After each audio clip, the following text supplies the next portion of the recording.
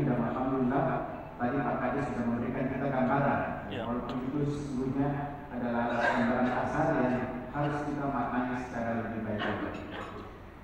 Yang kedua, tidak ada jalannya kayaknya untuk kita sampai ke Pulau Harapan itu tanpa transformasi. Tanpa transformasi tidak ada. Karena kenapa? Terlalu lambat kita. Mungkin baca di koran kemarin Pak Menteri pun setuju hal. Ketika lihat produksi udang kita, produksinya masih kurang dari 1 ton, ya masih 0,6 itu rata-rata. Ada yang di atas tentu, kan mereka masih di bawah 1 ton. Sementara yang tetangga sebagian yang sudah mencapai 80 sampai 100 ton, itu artinya apa? Tanpa transformasi, kalau kita berubah sedikit-sedikit, berubah sedikit-sedikit, kita pakai dana kur dengan prinsip saya untuk kita kembalikan sedikit-sedikit, no way. Tidak akan pernah kita sampai ke sana karena teknologi semakin berkembang, negara maju semakin maju, kita semakin tertinggal. Oleh karena itu ini kita harus rombak. Mohon maaf Pak Kadis, kalau perlu kita rombak itu semuanya itu dinas. Sebenarnya anggota DPR kalau kita serius, karena potensi kita sudah tidak ada lagi keraguan tidak lagi. Potensi kita Bapak Ibu semua, negara-negara itu pada cenderung lihat Indonesia. Kenapa? We are the most, the highest biodiversity in this planet. Planet untuk marine biodiversity. Itu ilustrasi, itu gambaran bahwa yang namanya biota laut surga ada di Indonesia. Dan ini harusnya kita manfaatkan dengan optimal sehingga kita bisa menggambarkan kontribusi kita terhadap ekonomi, kontribusi kita terhadap daya saing, itu kemudian bisa kelihatan membuat Indonesia menjadi negara maju. Ingat, negara maju itu syaratnya ya, harus 12 juta, ya, 12.000 US dollar per kapita per tahun. Kita masih di sekitar 3.000 sampai 4.000. Kapan bisa sampai di sana? Apalagi nelayan masih kurang lebih di 1.000. Padahal harusnya minimal 12.000. Kalau kita hanya berubah sedikit-sedikit, tidak akan pernah sampai di sana. Dan setelah 2040, kalau kita belum sampai ke sana, goodbye selama ratusan tahun. Mungkin saja kita akan terjebak dalam konteks mengendalikan trade itu sampai 200 tahun. Artinya mati juga mata, mati juga pencinta. Ini belum lepas kita dari jebakan itu karena kesalahan kita hari ini. Jadi tidak boleh saja. Itu harus kita pertama. Selain itu bisa supaya audiens kita tidak panik. Ini tidak pindah saja. Nah, tadi Pak Kadis sudah menyampaikan sebenarnya semangatnya ya. Ini penting. Ya. Di Borobudur sebenarnya kita sudah memproklamirkan sebagai bangsa maritim ya. Saya lihat pengurusan di tahun yang lalu sudah ada sebenarnya ya. Artinya Labu yang pada laut itu juga ilustrasi gambaran bahwa sebenarnya sangat wajar, sangat ideal, sangat lumrah kalau pemimpin Indonesia itu memiliki visi benua maritim, visi maritim, dan sangat lumrah juga kalau emas kemudian bertahan untuk memiliki visi kemaritiman. Tidak banyak investasi Indonesia, Bapak Ibu coba cek, adakah di antara mereka itu yang di dalam visi jangka panjangnya memuat kata maritim. Unhas walaupun 17 fakultas comprehensive university, tapi masih memuat benua maritim Indonesia dalam visi jangka panjangnya. Terutama buat Unhas. Mungkin kepada rektor ada pesan-pesan sponsor juga. Penting ya. Maaf dari universitas lain. Karena Unhas itu milik kita semua, ya, miliknya Bumi, milik 45, miliknya Unibos, miliknya Unism, semua milik ya. Karena Unhas adalah salah satu yang kita harapkan menjadi pilar Indonesia Timur. Sehingga kalaupun saya mengatakan Unhas, jangan terlalu khawatir karena ini untuk Indonesia kita. Ya. Di samping transformatif, kita juga harus memastikan bahwa di dalamnya ada suatu proses akselerasi. Makanya saya sebut harus revolusioner. Kalau tidak revolusioner, tidak akan mungkin Bapak Ibu, teman-teman. Karena kita tidak terlalu jauh lambat. Seandainya itu beda-beda tipis, maka mungkin tidak apa. Kita ya perlahan. Kecepatan ini yang saya hargai kepada Pak Gubernur yang ingin melihat perubahan ini cepat. Sayang sekali memang Pak Kadis bahwa kecepatan itu harus dibarengi dengan kecepatan. Yang kedua cepat tapi salah, ya. Tapi juga jangan juga benar tapi lambat. Ya. Jadi dua-duanya kita harus pastikan bahwa ini harus cepat tapi juga tepat.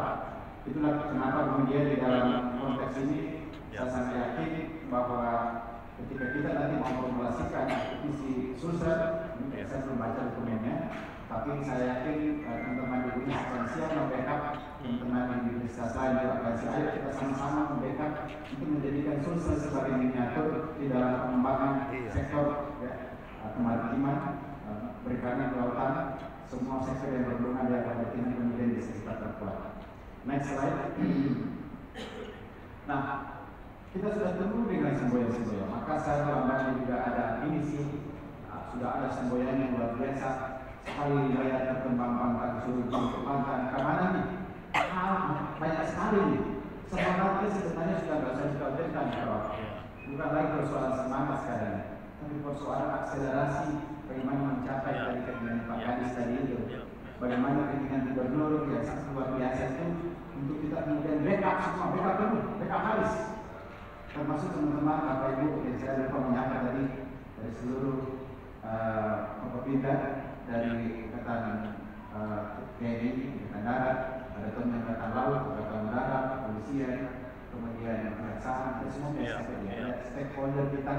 Kalau kita ini menyatu, insya Allah sebenarnya keinginan kita untuk membuat Indonesia khususnya di Makassar atau Sulawesi Selatan jaya di laut, insya Allah bisa kita wujudkan. Ada Tom dari LSM, saya lihat dari jauh sini. Itu Pak Supri ya? Kak Supri ya, Kak Supri. Ini senior saya sejak tahun kepala nih. Mungkin membutuhkan segalanya semua. Tapi kita sudah terlalu lama bertemu dan berbicara dan bercerita. Ayo kita mulai aksi untuk kemudian perlahan tapi pasti kita akan mencapai target-target yang baik. Tapi juga kita ada upaya akselerasi. Akselerasi inilah yang saya apresiasi dari Pak Gubernur yang ingin melihat perubahan. Sehingga kalau ada kota dewan yang hadir, mohon Bapak Ibu, ayo kita singkirkan perbedaan politik, kita singkirkan kita dari partai mana, kita singkirkan kita dari golongan siapa, tapi kita tonjolkan bahwa kita orang Sulawesi Selatan ini menjadi contoh Indonesia untuk membuat Indonesia menjadi negara maritim yang kuat, disegani dan dihargai oleh bangsanya. Tepuk tangan dulu, semangat ini. Hari ini, next, cepat saja. Saya juga lupa kalau siangnya tidak saya langsung. Laut menjadi tumpuan kesejahteraan. Di dalam buku Sains 45, kebetulan dari Anda di sini saya juga hadir ya. Bunda Anda dulu ini adalah Sekretaris Jenderal Akademi Ilmuwan Muda Indonesia. Waktu presidennya adalah yang sementara di sana. Kita menyusun suatu buku. Mimpi kita para ilmuwan muda Indonesia di tahun 2045 Indonesia seperti apa? Buku ini Bapak Ibu sebenarnya bukan buku biasa karena dicetak dan disponsori oleh Akademi Ilmu Pengetahuan Indonesia berdasarkan undang-undang. Maka timnya ini adalah berdasarkan keputusan Presiden. Nah, buku ini adalah salinan dari begitu banyak pemikir di Indonesia, terutama para ilmuwan muda. Ilmuwan muda itu definisi waktu itu adalah PhD under 45. Jadi S3 yang usianya masih di bawah 45 tahun. Waktu itu waktu saya menjadi ketua, usia saya 44,9 tahun. Dan saya merasa berbangga memiliki jangka waktu untuk menjadi bagian dari mimpi buku ini. Dan di situ Pak Ilyas, kalau cek buku ini, saya sekali Bapak Ibu yang baca tuntas ini hanya orang-orang penting dan pintar saja. Yang satu Prof. Habibie almarhum, dia baca tuntas. Masa kita tidak membaca buku ini? Yang kedua, menteri yang sangat sibuk buku Sri Mulyani, tidak ada yang tidak kenal sama Sri Mulyani. Dia baca tuntas buku ini sampai saya dipaksa berpresentasi di depan beliau dan juga para eselon-eselonnya selama kurang lebih 1 jam setengah. Ya. Tapi di Indonesia hanya orang-orang seperti itu yang baca buku ini. Yang lain itu besok dulunya sama penulisnya. Yang lebih jumpa, saya jadi banyak perubahan bahasa yang belum ini. Ada yang baca setelah ini. Ini masalah Bapak ini. Jangan lihat pada ucapan penulis ini. Tapi ini adalah pemikiran anak-anak muda Indonesia untuk supaya bangsanya juga bisa dihargai oleh bangsa lain. Dan mereka sekarang kebanyakan diaspora yang telah matang dengan pengalaman di luar dan bisa melihat perbandingan bangsa dengan bangsa-bangsa lain dan kenapa bangsa yang maju dan kita belum maju. Ini caranya supaya maju di hati. Sorry, saya setting dulu supaya off, tidak ada yang nggak bisa. Mana mobile?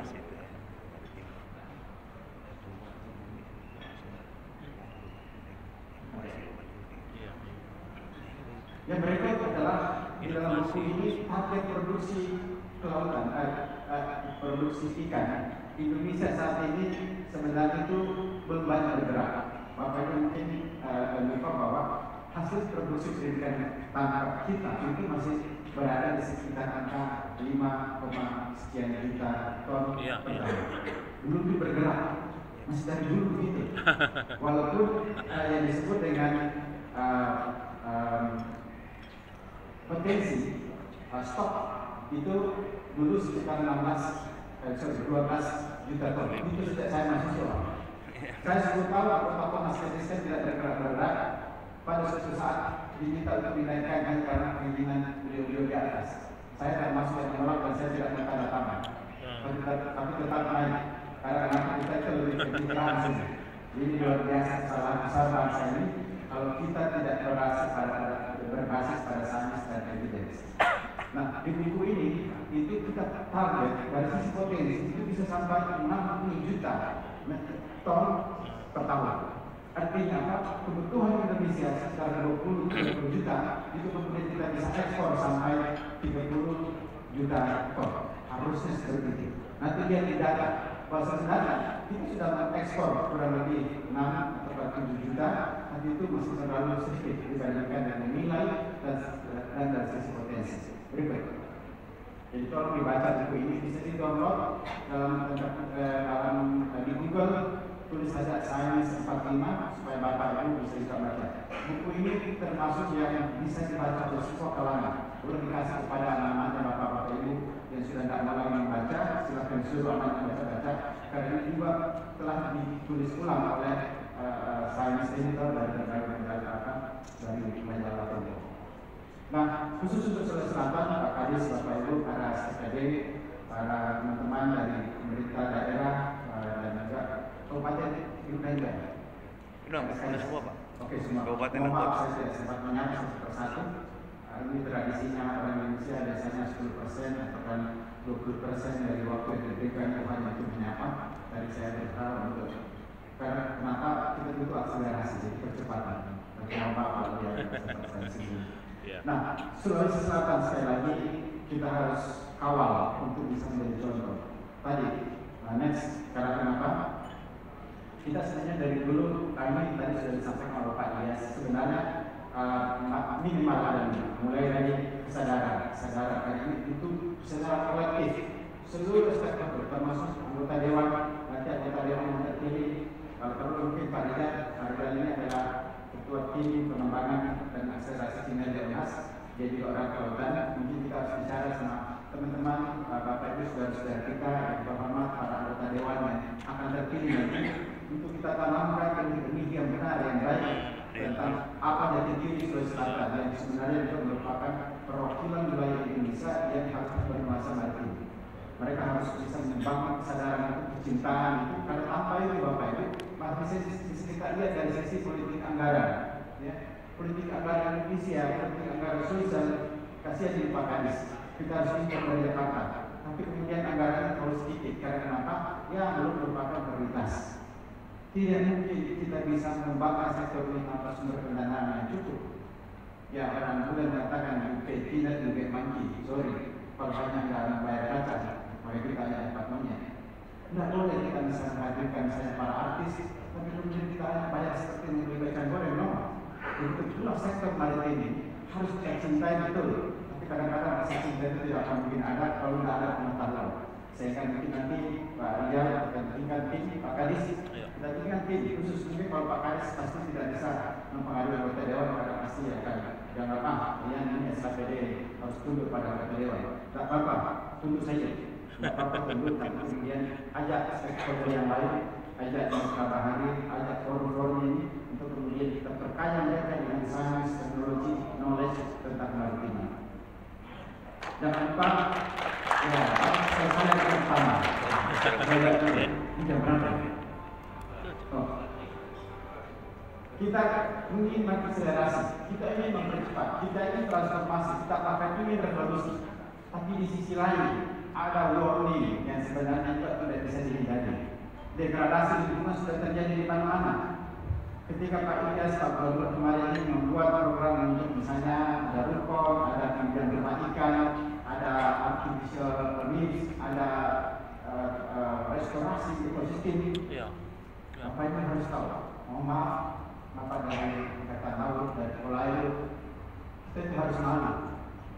Saya presentasi di seluruh Bapak Ibu tentang bagaimana ini bisa kaya dari sisi biodiversitas laut dan kaya alam.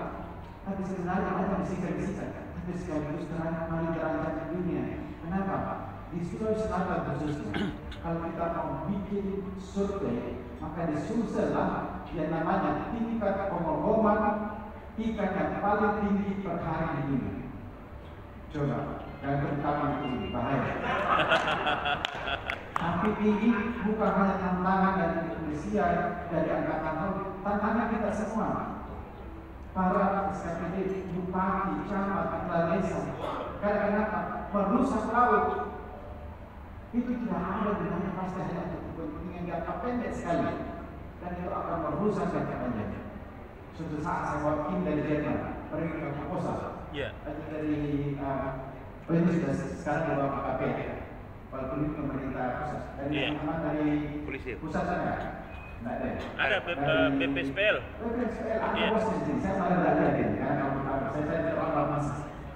Pada saat itu, tim Jerman ini, pakai kapal cinta laut. Saya di kapal selama hampir 1 hari itu menjelaskan bagaimana keindahan Indonesia di Eropa dan mereka terkesima dan dia bilang akan kami promosi Indonesia. So beautiful, semua jadi apa yang terjadi di penyelaman kedua, dia hampir dievakuasi karena ada orang membom kurang lebih 20 meter dari tempat yang jalan. Maaf, saya sakit mahal itu. Apa yang bisa saya jelaskan? Ini sudah di depan mata, berada mereka semua sudah hampir bilang ke mereka punya kedutaan, ada dianggap Indonesia telingannya dicek bukan sampai ke kamar masing. Tapi saya bilang tolong dirahasiakan, tolong jangan dipublikasikan. Ini adalah aib kami, kami sementara perbaiki. Tapi itu 20 tahun lalu sampai sekarang masih terjadi. Ini serius. Setiap kapolda saya melapor, Pak, saya kurang kelautan, saya menyelam. Dan saya sangat sedih karena kenapa masih di daerah saya masalahnya pengebom. Apa sebenarnya pengebom? Saya lihat itu pengebom bisa membuat nelayan yang sejahtera, tidak merusak lingkungan, maka saya akan membela hak-hak kaya. Kita bom semua ini supaya kita kaya. Persoalannya dia juga tetap tidak kaya, dia itu merusak lingkungan dan berisiko terhadap nyawanya. Di banyak pulau-pulau banyak sekali data-data, tidak boleh sebut janda. Tapi bukan fakta. Karena suaminya ke laut, bayangkan Bapak Ibu, kalau di ruang ini ada yang mau melakukan itu, saya akan bayar, atau berapa saya bayarkan. Tapi bayangkan, dia harus membawa dengan tanah itu kan harus diledakkan di permukaan. Kalau di tempat dalam, tidak apa-apa gitu. Kalau di permukaan artinya, saya buang dari sini, itu berapa detik sampai di sini. Itu artinya apa? Sumbu yang harus dia pasang, itu jangan terlalu banyak, supaya cepat meledak. Tapi kalau dia terlambat 3 detik, di tangannya meledak dan dia mati. Coba ada yang berani? Pasti ada tempat sumbunya banyak sekali. 5 menit kemudian baru menyelam, baru meledak. Itu artinya ikan sudah lari. Ini adalah masalah serius yang harus Pak Kadis juga pikirkan dan kita semua bantu. Ayo kita bantu ini. Karena ini merusak kita pernah cerita tadi Pak Komar bilang ini keindahan laut sebenarnya itu lama itu Pak Komar. Tidak bisa kita promosikan Sulawesi Selatan Pak. Kalau masih banyak yang membom, semua orang cerita, kita bisa dengan kaya, aduh luar biasa pengobomnya. Kenapa sih kita tidak bisa selesaikan masalah ini? Tentu saja korban banyak orang yang ada di waktu itu kita berusaha keras. Kadang-kadang ada pulau, tidak usah sebut namanya, ada di kais pakar kais. Masa sih kita tidak bisa menyelesaikan satu pulau itu? Pasti sudah tahu pulau apa yang saya maksud. Di sini banyak sekali kompresor, banyak sekali pengobom, tapi tidak selesai. Jadi degradasi lingkungan nanti kita harus selesaikan bersama. Tentu poin yang paling penting diantaranya adalah poin ketiga, kesejahteraan. Kalau kesejahteraan kita bisa selesaikan, sebenarnya banyak masalah yang bisa kita uraikan. termasuk masalah pengeboman, tapi ini harus paralel, tidak boleh satu-satu, ini harus paralel. Ya. Kemudian tentu iptek, inovasi sumber daya manusia justru adalah kunci. Kenapa kemudian kami Inkas sebenarnya itu membuka peluang untuk anak-anak pulau yang mau mendaftar, kita masukkan lewat samping saja supaya mereka bisa sarjana kembali ke pulaunya, kemudian dia bisa membuat akselerasi inovasi di situ untuk membangun pulau-pulau. Ini kita harus kerjasama Bapak Ibu, karena sekali lagi tidak ada satupun yang tidak boleh mengambil peran. Dan tentu kerjasama global. Kenapa global? Kita tidak mau menjadi penonton, kita tidak mau menjadi importer, kita malah ingin supaya produk-produk yang luar biasa ini bisa penetrasi pasar global.